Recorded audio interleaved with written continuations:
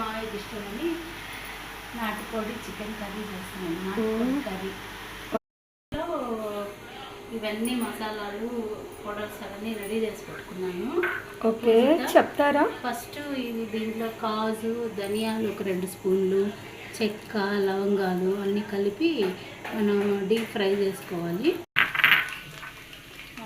Oil వేసుకున్న తర్వాత ఇది వేరుశనగ నూనె హెల్త్కి మంచిదని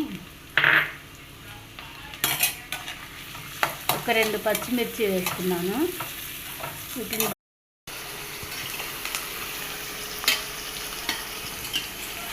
చికెను కొంచెము కారం ఒక 3 స్పూన్లు, కొంచెం ఒక టీ స్పూన్ పసుపు, ఉప్పు వేసి బాగా చక్కగా ఉడకబెట్టుకున్నాం అన్నమాట. మెత్తగా ఉడికిన తర్వాత దానికి బాగా ఫ్రై అవ్వాలి. బాగా ఫ్రై అయిన తర్వాత దాన్ని మిక్సీకి కొంచెం చల్లారిన తర్వాత మిక్సీకి వేసుకోవాలి.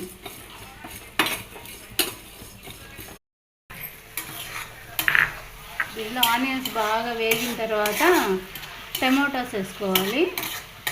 టమాటోస్ వేసుకున్న తర్వాత కొంచెం ఫ్రై అయిన తర్వాత మళ్ళీ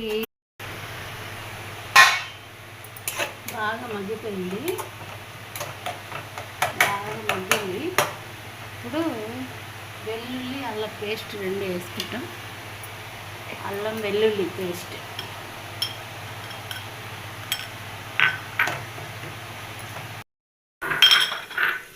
ఈలోపు ఇవి బాగా చల్లారిన తర్వాత మిక్సీకి వేసుకుంటాం.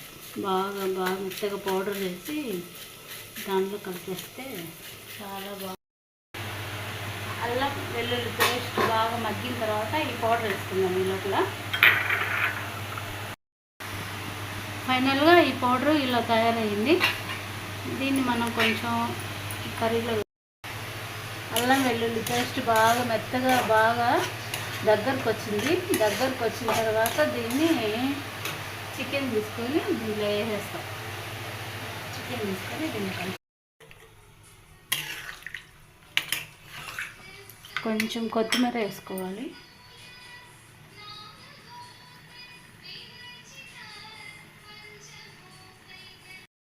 నాకైతే కొంచెం ఉప్పు తగ్గినట్టు అనిపించింది. మళ్ళీ కొంచెం కలిపాను. చాలామంది చాలా తక్కువ వేసుకుంటారు కాబట్టి చూసుకొని వేసుకోవచ్చు. నాకైతే కొంచెం తగ్గిందని.